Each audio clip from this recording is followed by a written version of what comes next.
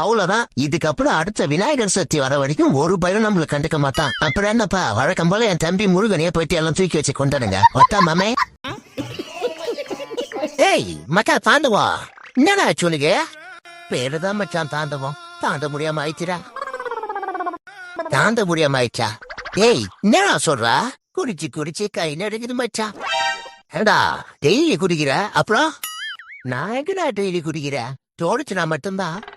சரி, உனக்கு எப்பெல்லாம் தோணும்? டெய்லி தான். முடியல, என்னாலே முடியல மச்சான்.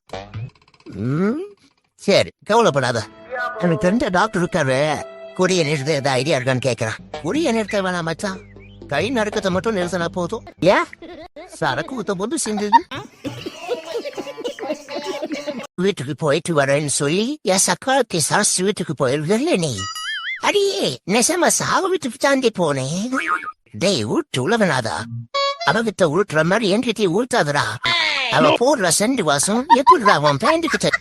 மட்டிக்கினாரு ஒருத்தரு, இவரை காப்பாத்தணும் கத்து. இது வரைக்கும் உன் மூஞ்சிய நீ கண்ணாடியில பார்த்ததே இல்லையா அப்படின்னு அவன் சொன்னதுக்கு அப்புறம் தான் கண்ணாடி எடுத்து என்னோட மூஞ்சிய நான் அதுல பார்த்தேன். அவ சொன்ன வார்த்தைக்கான அர்த்தம் அப்பதான் எனக்கு புரிஞ்சது. ஆனா என்னோட காதல் அழக பார்த்து வர்றது இல்ல, மனச பார்த்து வர்றது. அப்படிலாம் பேசுவேன் தானே நினைச்சீங்க? அதெல்லாம் கிடையாது. போலி தெரிசா இல்லன்னா திவ்யா, நமிதா இல்லன்னா நயன்தாரா, நாங்கெல்லாம் பார்க்காத ஆளா? என்னமோ ஊர் உலகத்துல இவதான் ஒருத்தி அழகி இருக்க மாதிரி. பொங்கடி பொங்கடி பீத்த சிரிக்கலாம்.